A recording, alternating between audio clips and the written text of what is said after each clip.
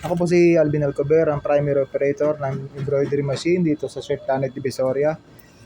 Bali, ito po yung Shandong machine natin. Madalas po ito magamit. Meron po itong 298 pieces output last week. So bali, ito po yung monitor natin, screen.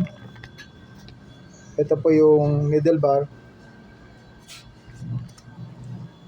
So bali, kalilinis po natin yan para sa maintenance. Tapos, maayos lang po siya magtahi. Nakasalang po yung pinasample sa akin na DST ni Ma'am Giselle. Mamaya, featurean po natin pagkatapos at nalinis na. Standard po yung running natin. Naka 550 po ako.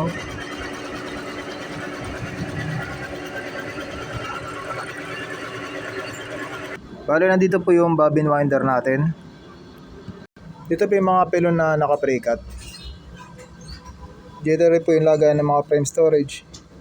Yan. Ito po yung tools natin. Mga tools po tayo dyan. Tapos, yung mga bobbin case po natin. Trimmer, tsaka gunting, tsaka oil, needles, USB.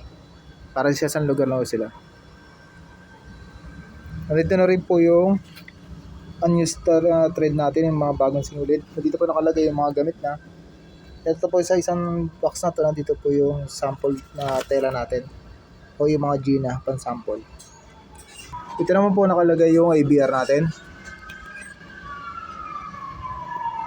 Bali, ito po yung inventory checklist natin. Binura ko yung dating nakasulat kasi Bluebird po yan. Pero tama na po yung bilang yan. Sakto po.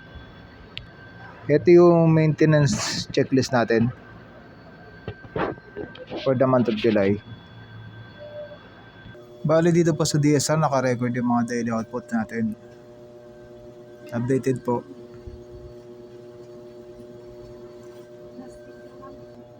Bali, ito po yung sa file management storage capacity ng saving file namin. Wala pa po akong nadidelete dito kasi yung mga file po na narito ay regular na gamit. Kadalasan po yung mga repeat orders po ng customer natin. Bali, ito natapos na po yung binigay sa ating sample. Ito po yung output. Ito po yung sa head na number 1. Sa puting tela po siya. Tapos ito yung sa head number 2. Maganda po yung output niya, solid siya. Ayan. Kita naman po yung ayan. So yun lang po. Maraming salamat po.